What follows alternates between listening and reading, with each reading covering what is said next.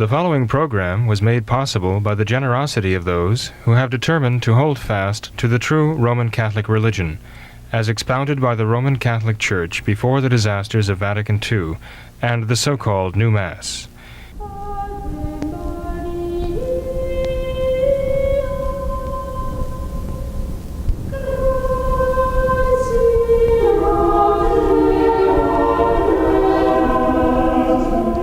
Hello and welcome to What Catholics Believe. I'm your host, Thomas Nagley, and with me tonight is Father William Jenkins from the Society of St. Pius V, and pastor of Immaculate Conception Church in Norwood, Ohio. Hello, Father. Hello, Tom. Father, let's begin tonight by talking about this recent event that happened in Las Vegas with the mass shooting there. I believe it was over 50 people that were killed and more than 500 that were injured there. And my question is, Father, how is it that after every act of violence like this, the question automatically comes out from everyone asking why? Why do things like this happen? Everyone always instantly searches for a motive. That's the big search now. Everyone is searching for a motive. Why did this happen? Why did this person do that? And how is it that people don't understand the fact that this is what man does? This is the result of original sin. Man is born as a fundamentally flawed being. He has tendencies towards evil. And our culture today has completely given up the fighting against those tendencies of evil. And so our culture now has just completely given in to this life of sin. And it's just astounding that people are still surprised by things like this. Because if you look at sin, what sin is essentially an act of worship, of homage paid to the devil, to Satan. That's what sin is. And when you have a culture that gives in to this life of sin, they are essentially slaves of Satan, and this is what he is going to do. Satan hates life. He hates God's greatest gift of life, and so he will do everything in his power to destroy it, use his servants to destroy it. But it seems that people are just totally blown away by this still, and it's amazing that we live in a country where every day more than 3,000 babies are murdered, cruelly murdered, and in just the most vicious, terrible, unimaginable, unspeakable, just demonic ways possible. More than 3,000 every single day in America, and yet there's next to no media coverage about this. There's no outrage. There's nothing, essentially, in comparison to we have this mass shooting where 50 some lives are lost, 500 are injured, and it's all over the news worldwide for days and weeks and months, and we'll be talking about this for so long. And how is it, Father, that people just turn a blind eye to the real evil of abortion that's happening in our country? There are about 10 questions, but they're all good questions, though. And, well, you know, Tom, I mean, there are many different aspects of this whole problem.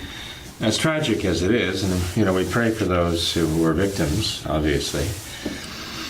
And that's something we as traditional Catholics have to always keep in mind, that the corporal work of mercy is to lend physical aid, but the spiritual works of mercy bind us also to pray for the living and the dead, and to pray for those who are victims of these outrages. And we should, you know, keep them in our prayers. As our fellow countrymen, even, you know, there's a certain bond there, you know.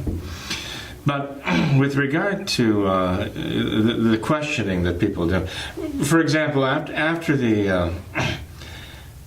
this happened and the news reports were blaring all over the country and the news, and the airports and into our homes and so on, about this tragedy, and people were spellbound by it, almost as spellbound as they were at 9/11. They were just stunned by this news, you know. You had the celebrities. The celebrities immediately came on, and they were saying, how can this happen? As you say, what's happening to our world? And of course the answer is, they are happening to our world, right?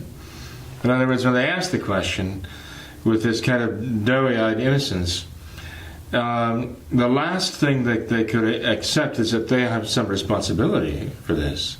Their life, their manners of life, has nothing to do with it.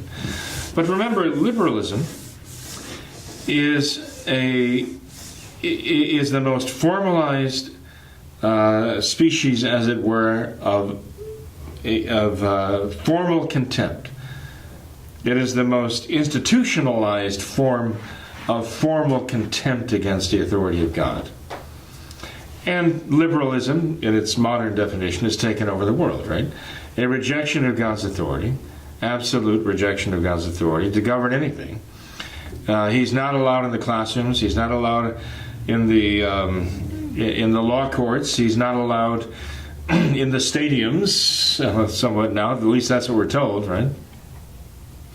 It's okay to take a knee in an outrage against some perceived wrong, but it's not okay to take a knee in honor of God. You get everyone will jump all over you and condemn you for that, like they did with Tim Tebow. But then they wonder why, and the answer is, as you say, they've driven God out of the public life. That's what liberalism does. It drives God out of the public life. The individual human soul has the power to order God out of the soul. It can't order God out of the soul in terms of that presence of God by, the soul by its nature reflecting God's perfections, and God knowing the soul and God willing the soul into existence. But in terms of grace, the human soul has the power to order God out of the soul. And as you say, by committing mortal sin, that's what the soul does. By committing mortal sin, the soul actually proclaims Satan its Lord and Master, saying, I obey him. Even if it doesn't think of it that way, even if it's not conscious, actually, in committing mortal sin, that's what the individual person does. The individual person says, Satan is my master, I obey him. And when you have this happen in the individual life, of course, the individual life loses that supernatural life of grace, the life of God in the soul. When you have it happen in society, then you see the entire society go crashing down in flames, so to speak, And eventually it becomes to resemble more and more hell on earth. So that's what's happening. It's simple as that. Our Lady told us at Fatima exactly where the world was going to go if we did not repent, turn to her Immaculate Heart as a kind of refuge and a model for our own hearts, consecrate ourselves to her Immaculate Heart. Our Lady told us these things were going to happen. Of course, the liberals don't want to hear it. I must say this, though, okay? The liberals would not be asking, how can this be, if it had come to light that this was a right-wing, Trump-supporting, for example, Christian, white male, right? Then immediately, and gun enthusiasts, they immediately tried to pin that on him, they'd be all about that. The liberals would be saying, you see, we still have that cancer of fascism, right? They'd like to paint it that way, but fascism and socialism are conjoined twins. They're the same totalitarianism bedfellows. They just use each other like the good cop, bad cop syndrome, but neither one of them is good. They are both bad. They're evil twins, both of them. And but you could see the liberals salivating over this in the hopes that this would be a church-going Christian, rabid gun enthusiast type, Second Amendment type, and et cetera, who was a racist and all the rest. Then they would have no problem believing it. They wouldn't be asking, how can this be happening? The liberals were asking, how can this be happening insofar as we haven't enacted stringent gun control laws? There the question is, why haven't we done that? How can this be happening in the sense that we have not made it impossible because we made it impossible for people to have guns? That's what immediately they go to. And of course, this was a great contrast between Hillary Clinton and her fellow liberals, the Democrats, who were all saying, gun control, gun control, gun control. That's now, while others were saying, we must pray for these people, we must have serious compassion for the victims and so on. immediately the Liberal Democrats start shouting gun control. That's their mantra, okay?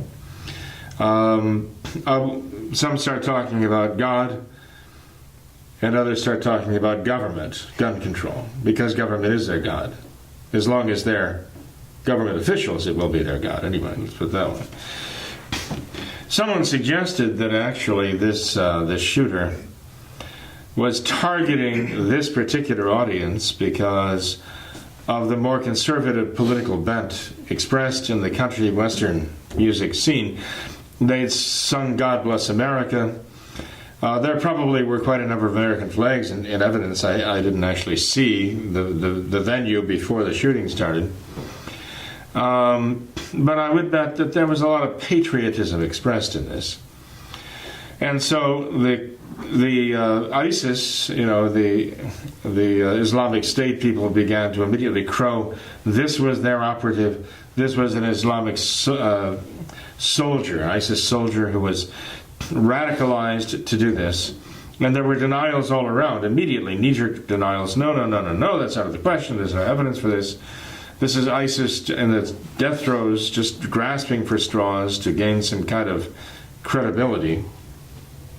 But then the sheriff of Las Vegas himself came out and said that perhaps this was someone who was radicalized a few months ago, which gave the impression that he had some evidence that there was something behind this, Just curious, to see. One thing that was published since this terrible event happened was that he had been prescribed a form of a drug that can provoke very, strong reactions, okay, even vicious reactions, because the drug in some people with their metabolism can remove the restraints that they have that would hold them back otherwise from doing something drastic, So but it is interesting when you look at these mass shootings, at least in America, that seems to be a common factor. There seem three things that seem to be present in instance after instance of these mass shootings. Hard rock, heavy metal rock, whatever, this violent music scene. Violent videos, and video games, and also the drugs, the psycho drugs, Now, how many were present in this case? They're talking about this drug that this man was taking, I guess a Valium or some form of Valium, and that at least he was prescribed this, let's put it that way. And what else he was in terms of music and if he was into video games, I don't know. They say he was very, very wealthy and rather somewhat eccentric and also a very disagreeable sort of individual. He had been for about 10 years an employee of the federal government. I think for 8 of those years working with the IRS, So, in other words, he did not fit the profile the liberals wanted to have of someone who would do this horrible thing. And so they're left to now say, well, how could this possibly happen? As if to say, how could anybody but a right-wing conservative, so and so forth, who else would do such a thing?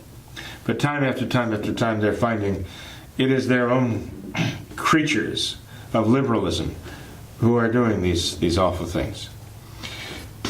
Supposedly, a girlfriend from the Philippines, there are those who are saying that she's Islamic herself. I don't know. There are many people who are married to Islamic women who don't necessarily do such things, or haven't yet anyway. Is that an adequate explanation? I don't know. I don't think that necessarily is an adequate explanation for what this man did. If he had been turned by radical Islam and become a true Islamic in the sense that he follows the Quran and he follows the hadith of Muhammad, then one could understand. Okay, now he's been radicalized because he's following the actual dictates of the Islamic religion as it came from Muhammad. Okay, that's an explanation they don't want. The modern liberals will not tolerate that as an explanation. Right? It's off the table. But Tom, I think what you said really sums it up, though. Human life has become so cheapened by what liberalism has done in society, especially in terms of just devaluing human life right from the womb. Also, in terms of euthanasia, we find that it's not uncommon for people to be just basically morphined to death. If somebody along the line who has the access and the means and the opportunity decides that their quality of life is not what it should be, I wouldn't want to live like that, and so you can't either, and so they feel entitled to kill somebody. But when you realize the satanic evil of abortion, you realize that the millions and millions, tens of millions of children who've been put to death cruelly, executed in the womb by basically medical terrorists. Except for one thing, the medical terrorists are the ones who are making a lot of money. They're making money off it. They really are contract killers. You realize if we're going to degrade the value of human life to this extent and basically deny the existence of the soul, then not only have we lost our moorings as Americans, even because America was built on that fundamental Christian understanding of the individual human life, and the human person, regardless of whether they were the king or the rich man or the pauper or the professional or the laborer, they have the same legal rights, right? Before God, there's this equality of the value of soul, as it were. We've lost that, but we've lost the very basis for our belief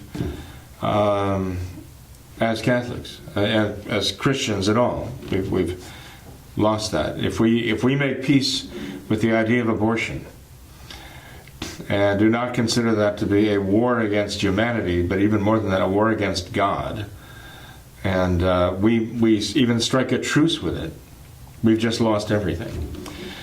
How can it, so what I'm saying is basically what you would say too. As we have the liberals saying, how can this happen? How can this happen? We would be saying, how can this not happen? It's impossible that this wouldn't happen. It's necessary that this happens because of what you've done and continue to do to our world, our society, our young people in the modern public school systems, and divorce, destroying any sense of loyalties to the families. You have the divorced father and his girlfriend, the divorced mother and her boyfriend, and we're all supposed to get along as though it doesn't matter. The child is put in the middle. What does this do to a child's sense of just this natural bond? Loyalty, right? It destroys it utterly. And it makes for a very cynical young person growing up to be,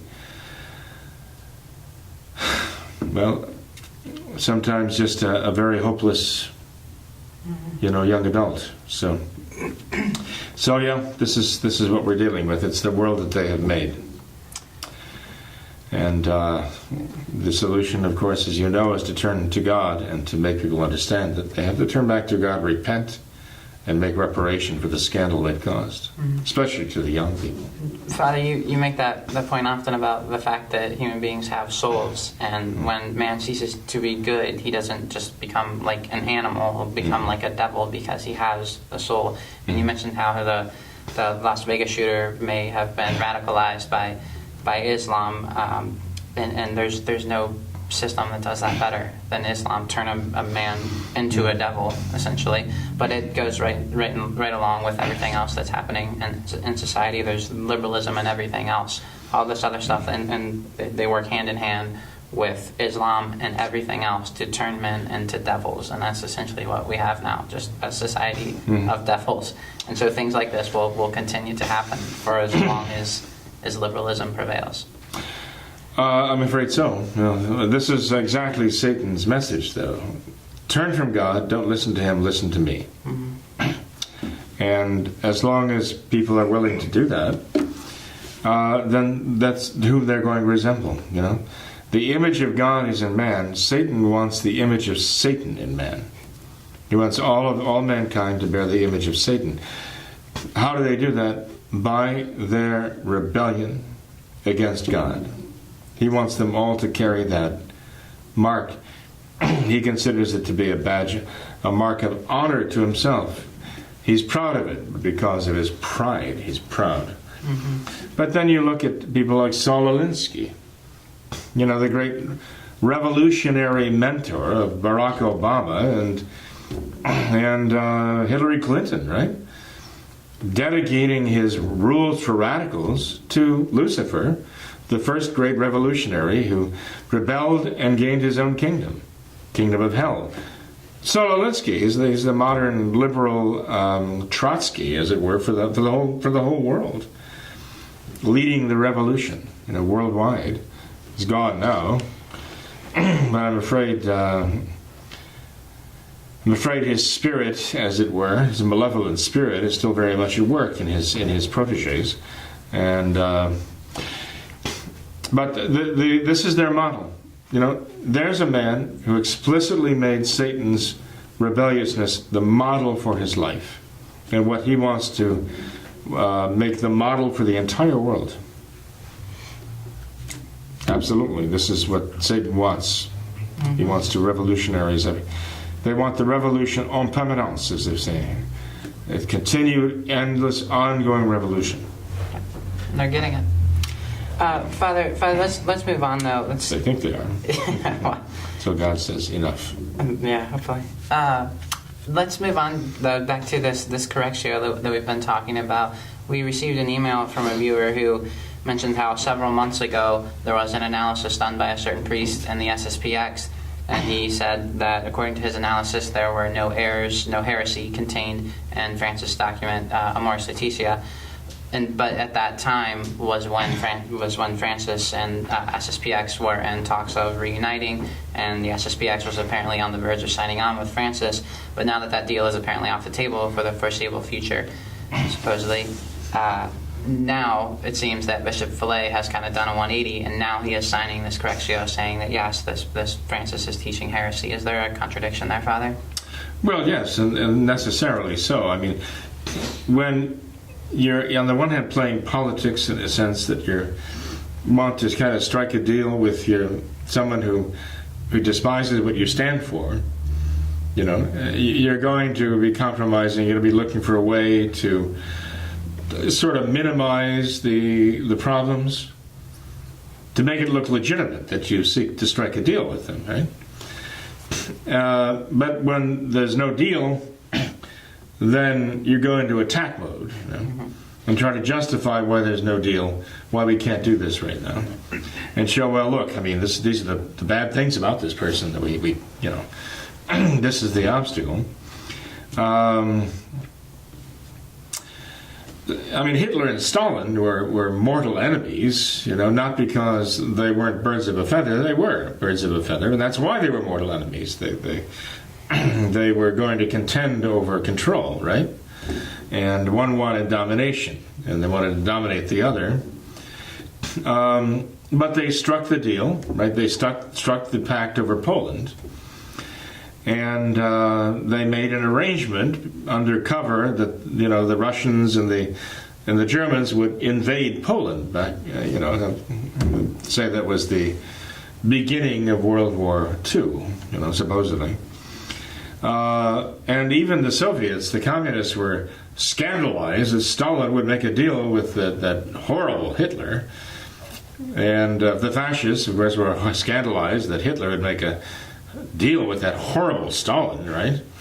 But they had been denouncing each other left and right, and then they strike a deal with each other, you know? And as long as the deal is going on, you know, they're comrades in arms and bosom buddies, and then, of course, inevitably they wind up, you know, attacking each other to see, okay, now we got that far, let's duke it out now. Am I drawing a parallel between that and Francis and Bishop Fillet? Well, yes and no. I just say that you know, I just think that when you want to strike some kind of a deal, and I think the deal is not an honest, you know, it's a nefarious deal, making like a deal with the devil or making it a bargain with the devil. You have to try to justify it somehow. And by doing that, you have to minimize the wrongs and kind of try to promote the good points, you know? Like, you know, gee, we're striking this deal with the devil, but you got to admit, I mean, he really is a hard worker, and he does have some admirable qualities, right? And you've got to downplay the evil so you can sort of make it look plausible. But then, of course, when there's an obstacle, then you've got to save face, too. So maybe Bishop Fillet is sincere in fighting heresies. Maybe he's read this Correctio Filialis concerning 7 heresies that Francis is propagating in Amoris Laetitia. And maybe he's not. I mean, Bishop Tissier de Malaret, some years ago, said this even about John Paul II as propagating heresies, as far as I recall. I seem to recall that he actually came out and said that. You know? Didn't have any practical effect, though, that I could see. Francis has signed on to this Correctio. And, of course, I mean, there are those who are championing this and saying, oh, yes, you know, how wonderful that they were standing up for the truth, for recognizing the truth. You mentioned also that there was a father, is it G-E-I-Z-E? G-L... Is that it, Father G-L-E-I-Z-E? Okay. With the Society of St. Pius X, who said, when Amoris Laetitia first came out, that there were no heresies in it. Okay? So I think, again, you're going to get a very broad range of views within the Society of St. Pius X, the clergy, because there is no real theological unity among them. I think they're all over the map, and some are even off the map when it comes to theological understanding of things, and even their understanding of traditional Catholicism, and how far they're willing to compromise with the Novus Ordo. What changes they're willing to accept, and so on and so forth. I think in the Society of St. Pius X, if you were to interview them, the individual clergy, I think you'd find that there's a broader range of theological concepts and ideas and understandings as you get in the Novus Ordo clergy, practically. You know, maybe not the extremes of one end to the other, but I still think you'd find that there's a very broad range of what they understand by traditional Catholicism. So, you know, there may be, well, those in the Society of St. Pius X, the clergy, who are really unhappy that Bishop Fillet signed on to that Correctio, thinking, why would he accuse the Holy Father of heresy? We've already acknowledged that there's no heresy in there, right? All there is in the Society of St. Pius X might be thinking, why would he sign this Correctio Filialis? Because we object to the Filialis. Why would he say a filial correction when we don't really, in practice, recognize Francis insofar as obeying what he tells us to do? So how are we filial to him? We certainly shouldn't be, right? So, as I say, I think it's a real mishmash theologically in the Society of St. Pius X, with very little consistency anywhere. But remember, the inconsistency begins with Fillet. The inconsistency begins with Bishop Fillet. Dances around this and dances around that. Just as the inconsistency in the new church begins with Francis. I mean, he's the ultimate inconsistency. I mean, here he is. He's talked against this gender identification, gender choosing movement, saying that this is wrong, this is against God. Right? He's made some very strong statements against this, what do they call it, the gender identity movement or whatever. And then he writes a book, right? Actually, I have an article here. He writes a book, and he chooses to write the preface for his own book, a gender theory advocate. An advocate of the very ideas that he himself has just condemned. Valerie Fedeli, an Italian minister of education. Italian minister of education, university, and research, who is seen as a strident LGBT and gender theory advocate. And Francis chooses her to write the preface of his book. So he holds her out there as some sort of a spokesperson on this. I mean, this is a typical modernism, you know. Condemn this, yeah, more or less, so that the conservatives all cheer for a while, and then what you do in the practical order undermines whatever you've said. It just undermines it entirely. Even when you say something that is consistent with traditional Catholicism, you immediately have to blow it up. You have to annihilate it by doing something outrageous, which shows an utter contradiction. So here's the problem. Francis, for the Novus Ordo, is showing this complete inconsistency. He's all, contradicting himself left and right, and this is wreaking havoc with the people even those who still have the faith, who are going to the part of this Novus Ordo, and look to Francis for leadership in their faith. It's wreaking havoc with their faith. They're being jerked around everywhere that it goes. And they have to constantly adjust and constantly explain, constantly justify. This is undermining their faith.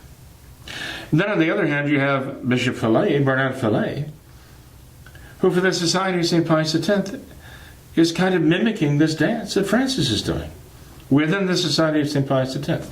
Back and forth, this, that, the other thing. What is it today? Where are we going with this today?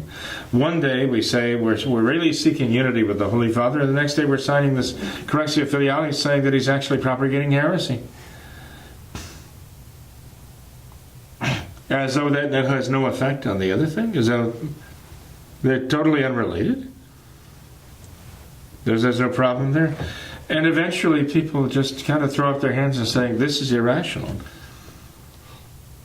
And really it is. Where they become like children who grow up in a dysfunctional home where there's no consistent rhyme or reason to how they're raised. It does enormous damage, sad to say. And it's interesting you mentioned that Father Gleize, his name is Jean-Michel, I think, his first name. To get a French background, how he would pronounce his last name. Gleize, I don't know. Gleize, I have no idea. But the point is, he was speaking out in a rather lengthy treatment of Amoris Laetitia when it first came out, as a priest of the Society of St. Pius X, right? Mm-hmm.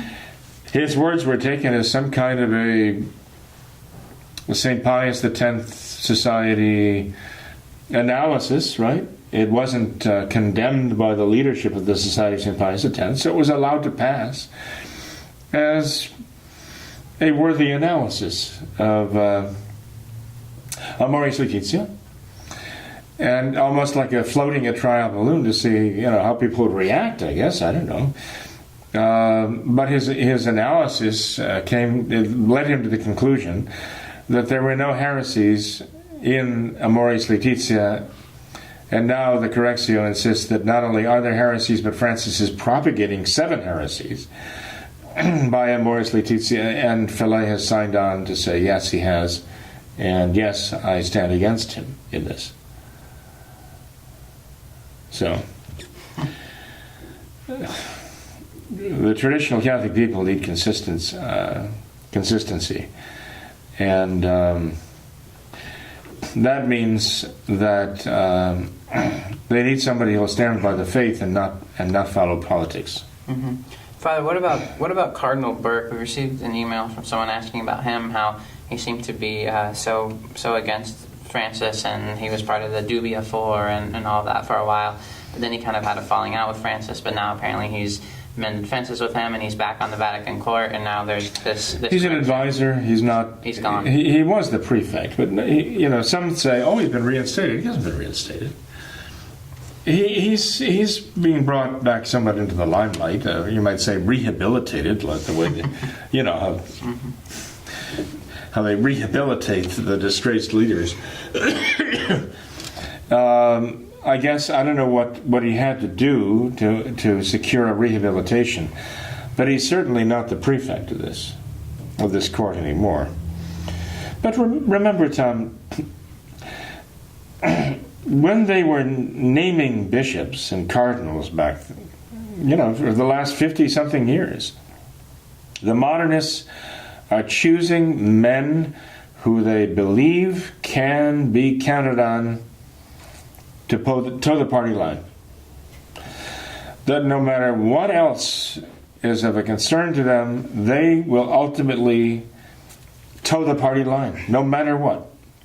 This is why Archbishop Lefebvre was so surprising to them, that he, in the final analysis, despite the accusations that people make, oh, he went along with this, or he went along with that, oh, he said the new Mass for a while, oh, he signed the documents of Vatican II, but ultimately, he would not toe the party line. Others who would not sign, let's say, some of the documents of Vatican II, ultimately they caved in. What was it about their character that made they ultimately would surrender to the Novus Ordo? Whereas Monsignor Lefebvre was one of very few, and the only one who would stand up publicly before the whole world, so that he drew the fire of all of the modernists at him because of what he was doing in starting a seminary and ordaining priests, and now threatening to consecrate bishops for the sake of continuity. What set him apart? And all I can say is grace. Grace enabled him to overcome what I consider to be his natural tendencies to want to be a diplomat. I mean, he was a member of the Vatican Diplomatic Corps. He was appointed as the Apostolic Nuncio to all of French-speaking Africa. You don't get into that position by being naturally contrary. You get into a position like that by being kind of naturally agreeable. And you're only contrary when it's a matter of conscience, but you're always trying to be agreeable, trying to find a way to be diplomatic. Right? And I'm no expert on Archbishop Lefebvre by any means, but I always got the impression that if there were a way to, he was always trying to find a way to work things out, so as not to give scandal, not to have conflict. But if it came down to a matter of principle, and he felt it was a matter of right and wrong, he nothing would move him, nothing would break him. He would not yield on it. Okay, and I think that's what sets him apart from all the others. Cardinal Burke and all the rest of them, they may feel very uncomfortable about some of these things going on. They may protest, they may issue statements about how they find this unacceptable, they're going to correct the Holy Father for this. Ultimately, it wasn't the cardinals who ever did that. It was these lesser clergy and lay people who issued this correction. It wasn't the cardinals who were saying, we're going to correct the Holy Father. Because they could be pressured, because they would succumb to pressure. You know what it is? It's the same thing that moved St. Thomas More and Bishop John Fisher. that despite all the pressure that was brought onto him by, first of all, Cromwell, right? First of all, Cardinal Wolsey, by Wolsey, right? And then later by Cranmer and Cromwell and so on, they would not, as Thomas More said, I would not approve of the marriage. I would not approve of the marriage. That was the thing. That's why you sought my blood, he said, because I would not yield to the marriage. And there are certain places where you have men like this, when it comes to a matter of principle, they will not yield. So I thank God for giving the grace to Archbishop Lefebvre. I don't see that, for what it's worth, too much in evidence. In others, maybe by the grace of God, they will be able to take a stand finally, after all this dancing around they do, tangoing, or what do they call it, dancing with the devil. I hope they do take a stand and say, this is contrary to the faith. I will not follow you in this. I cannot follow you in this. I must condemn this. In any case, and without that kind of leadership, the traditional Catholic people are left pretty much to fend for themselves. This is the kind of leadership they really need, and they don't seem to be getting it. It reminds me of the Old Testament too. You know, there were times when God made it very clear, having no prophet in the land was a great punishment. We look back in the Old Testament, we see Ezekiel and Jeremiah and Isaiah and the prophets, you know, who stood up and spoke the words of God. But when the people were being punished for their refusal to hear the prophets that he sent to them, and even killing the prophets, there'd be no prophet in the land, and everyone suffered because of it. Well, we need someone, not a politician, right, but a prophet. And as I mentioned before, I mean, there have been times when there have been very good popes who failed miserably because they lived in times when we needed not good popes, but great popes. And they just came up short, seemingly, right? And there were times when we needed great saints, and God sent them, you know. Well, we need that now, you know. But the great saints, I'm sure, for our time, are going to come from the school of our Blessed Mother, from the school, let's say, of Fatima, consecrating themselves to Immaculate Heart, and following Our Lady's lead at Fatima, doing what she said we must do. And only in the light of what Our Lady said at Fatima are we going to be able to understand what's happening in the world. And only in the light of what Our Lady said at Fatima, by responding to it, can we actually address what's happening in the world productively and deal with it. So that's where I go. I mean, we're going to be celebrating the 100th anniversary, the centenary of Our Lady's 6th apparition of Fatima, the miracle of the sun, and so on. On October 13th, here at Immaculate Conception, we're going to have a solemn Mass offered at 5 o'clock in the evening. Friday night, beginning at 5 p.m., October 13th, a solemn Mass here at Immaculate Conception Church. At 6:30, the candlelight rosary procession begins from the church. We're going to pray the 15 decades of the rosary as we walk. We'll carry the statue of Our Lady in the procession. We'll return to the church for benediction. There'll be refreshments served afterwards. And it should be a very beautiful evening. And I hope and pray that heaven accepts that homage, a little bit of homage that we can render to Our Lady, and Our Lady's love for her Lord, her Son, our God, Jesus Christ, and that, again, we can draw graces where the graces are so desperately needed right now. Definitely. Father, let's answer one more question here, because this seems to go nicely with what we've been talking about with Francis and his heresies. So this topic of Sedevacantism, which seems to come up rather often in our programs. But there's an interesting question here that I don't believe we've discussed this angle before. This is from a person who says, I am not a Sedevacantist. And they ask, should I infer that because you stated that the documents of the Second Vatican Council do not contradict neither scripture nor doctrine, that the Sedevacantist position is based only on the changes of Catholic traditions that emerged from the Council? Well, I'm a little puzzled. I'm trying to situate this in what I've said, because he's drawing a connection with something I've said in the past, right? Mm-hmm. I believe, Father, for me, I believe it was from a program, if I'm not mistaken, it was when we were talking about Archbishop Lefebvre and how he signed some of the documents. That's exactly what I'm thinking, too. I think he's going from that. I asked Archbishop Lefebvre about the last document signed. Then Archbishop Lefebvre responded, well, the contradictions to divine revelation are implicit. I didn't actually say in that program what I think about that. Okay, I said this was Archbishop Lefebvre's take on it, because what we were talking about is Archbishop Lefebvre signing the document. Okay?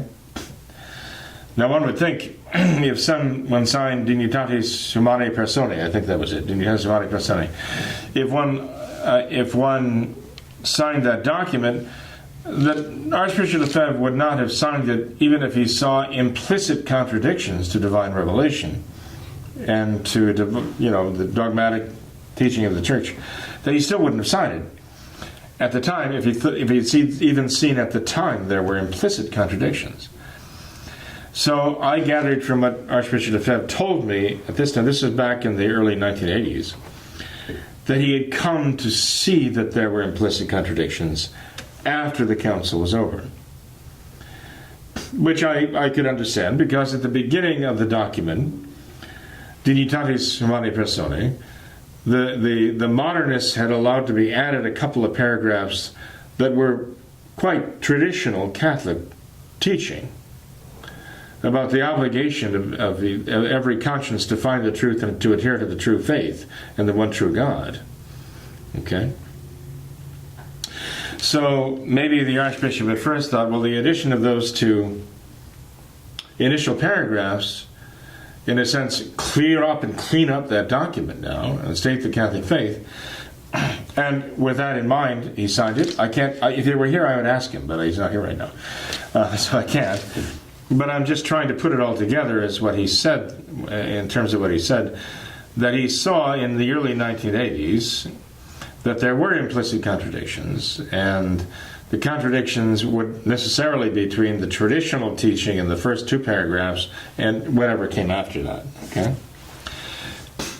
Now, for my sake, I mean, I'm not Archbishop Lefebvre. I'm not anywhere near Archbishop Lefebvre. But when I read the council document on the dignity of the human person, I believe that there are explicit contradictions to divine revelation in that document. Because whereas the document on religious liberty of the Council, the First Vatican Council, begins by saying that everyone has an obligation and conscience to find the truth and adhere to the true faith, the true God, whereas the Church has said in the past that one cannot be constrained to violate his conscience by forcing him to do something that he believes is morally wrong. The Church has never taught that he cannot be restrained from doing something that he believes is right. There's a big difference between my telling you, Tom, I am going to force you to use cocaine against your religious beliefs. And I can constrain you to do that. Or I can constrain you to perform an abortion as a doctor, contrary to your religious beliefs. I can force you to do that. The Church has said you could never do that. Even if mistakenly you believed that something was more immoral, I could not legitimately constrain you, force you to do something that you believed was seriously wrong. Okay? However mistaken you may have been. Okay? But then the other side of the coin is, can I prevent you from doing something that you believe is right? Can I restrain you? If you believe that abortion was perfectly okay, and it was an act of compassion, one of the corporal and spiritual works of mercy to terminate this child's life, right? That it was positively a good thing. And you even had the first church of abortion as your, that was your belief. Can I prevent you? Could I forcibly prevent you from doing that? Yes, of course I could. So there are two different matters here. The church has never taught that one could not be restrained from doing something because it is morally wrong, even though the person doesn't agree. Well, in the document of the Second Vatican Council on religious liberty and the dignity of the human person, it actually crosses that line. It blurs that line. It erases the line, essentially. Doesn't even make a distinction, as I recall. I'd have to go back and look at it again, but as I recall, between saying that you can't be constrained to do something you know is morally wrong, but you can't be restrained from acting on your conscience either, whatever it is, no matter how erroneous it is, even if you believe in mass murder as a way of worshiping God, if that's your religion, you can't be restrained from doing that. And that message, that's what the gospel teaches. That's the clincher. That it says in there, that's what the gospel teaches.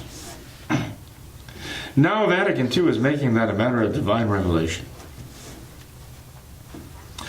And I'm sorry, I don't believe that as a matter of something being implicitly against the faith. I consider that to be at about as explicit as you can get against the Catholic faith, teaching something that the church has never accepted, but teaching that as though it is an actual doctrine of the faith. If not by the extraordinary magisterium, at least by the ordinary magisterium of the council. That's pretty serious business. So, just in answer to what the individual says here about what I really think about these council documents, I think you could make a very strong case that dignitatis humanae personae, and the liberty of the human person, is formally heretical, that it is actually explicitly heretical. In attributing to the gospel a false teaching, as though it's a matter of divine revelation. It's defining almost a new doctrine that is contrary to the church's traditional moral teaching. And Father, would that logically lead you to a Sedevacantist position? That would logically lead you to believe that the Second Vatican Council was a false council.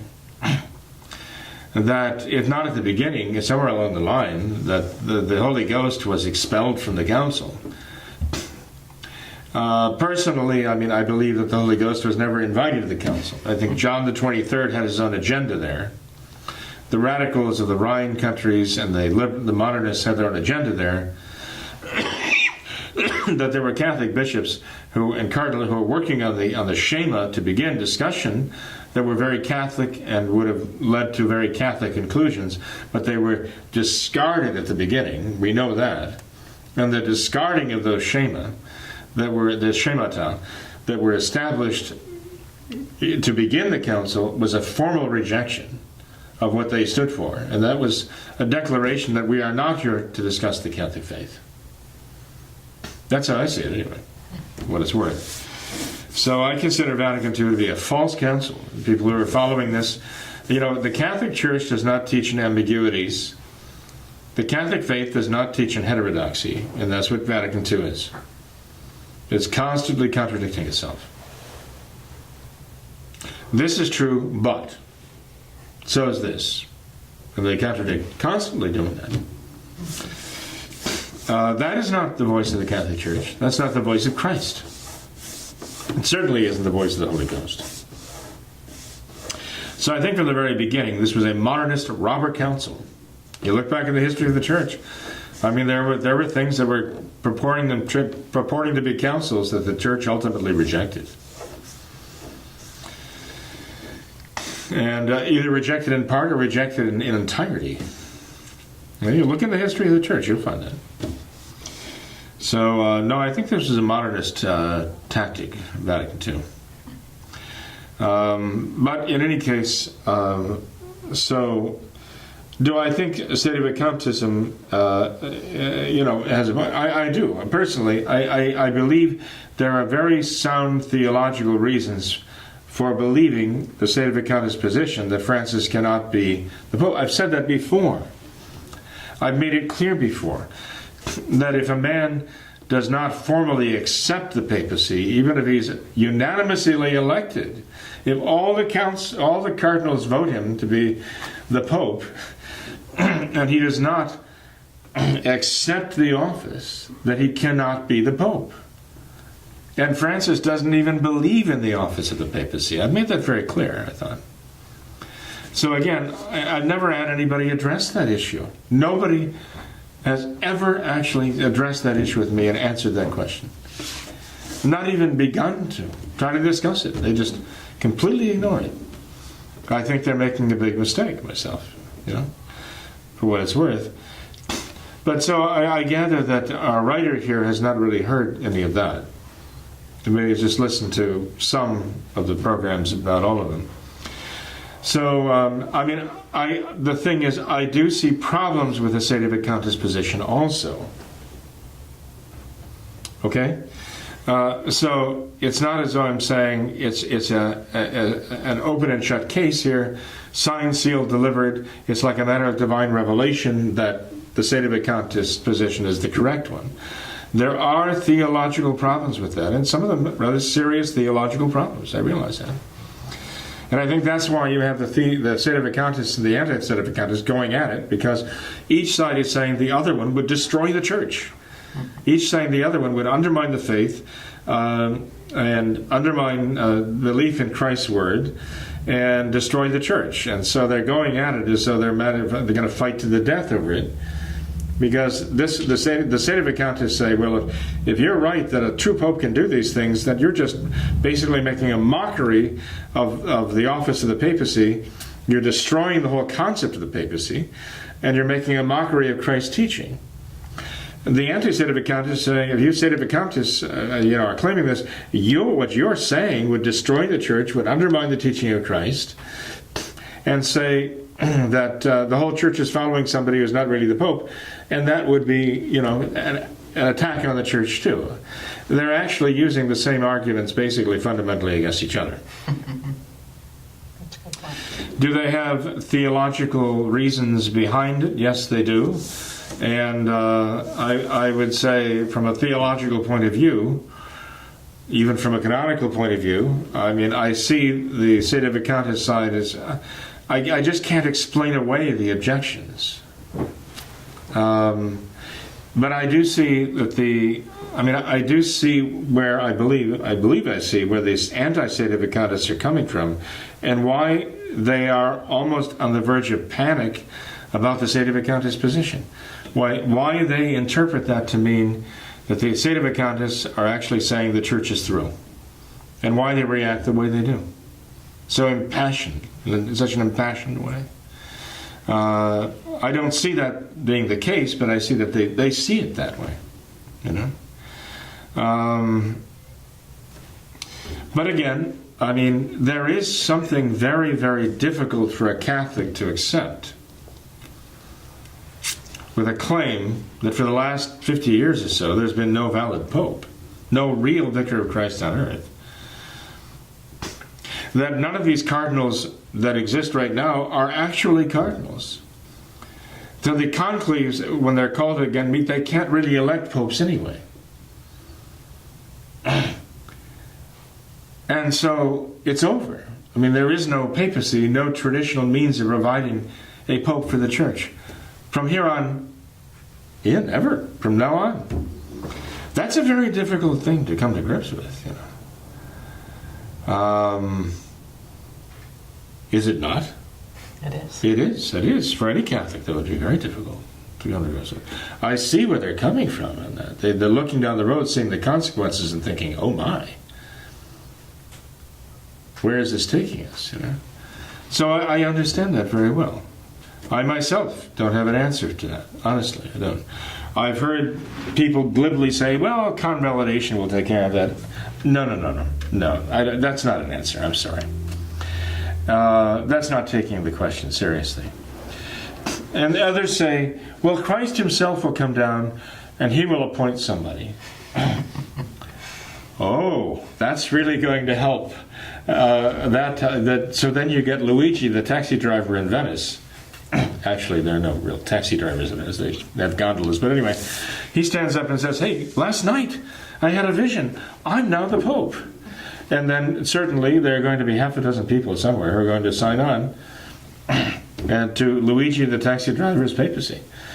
And this is just not, that's not solving the problem, it's adding to the problem. So, I mean, I can actually see the issues are very thorny. But I mean, you could fill a library full of books that have been written about the papacy by approved authors of the church. And that's why I always come down to the fact that, look, there are those who don't like what this, but I don't see how we can get around it.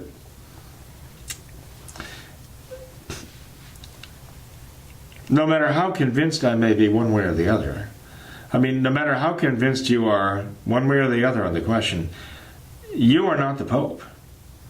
And you cannot speak ex cathedra dogmatically about your personal opinion of this matter. And thankfully, that's all you've got. You've got your own personal opinion. You can go to somebody you consider to be a priest or even a theologian and get his opinion, but that's his opinion. It's not dogmatic. And you can find priests who have different opinions, like lawyers, like doctors. That's why you get second and third opinions, right? Because none of that is dogma. That there is the papacy, that's dogma. What the papacy is, that's Catholic dogma, the nature of it. But that this or that individual necessarily holds the papacy, that is not dogma. But nobody can make it dogma, okay? And especially when you have very serious and compelling objective reasons for questioning whether someone even has the faith, or even believes in the papacy as we know it, as the Church has taught it to us, then you can't just wave the catechism at somebody and say, aha, you see I'm right. So, again, since you insisted on going ahead with that question, knowing full well that we were launching out into the deep and lowering the nets and they were going to be breaking because of the draft of fishes, all I can say is yes and no. I don't even know where the question ended there. But maybe the question is still open, so maybe we can come back to this next time. We'll save it for next time, Father. I think we covered enough tonight. Okay, we'll let the nets break and all the fish go back into and go home. Okay. Sounds good. Thanks for being here tonight, Father. Absolutely. Appreciate Tom, it. God bless you. You too. You're a brave man, Tom. Thank you, Father. Thanks to all of our viewers as well for watching this episode of What Catholics Believe. Until next time, we ask that you all remember the words of Our Lady of Fatima, to consecrate yourselves and your families to the Immaculate Heart of Mary, and to pray and do penance. Thank you, and God bless you.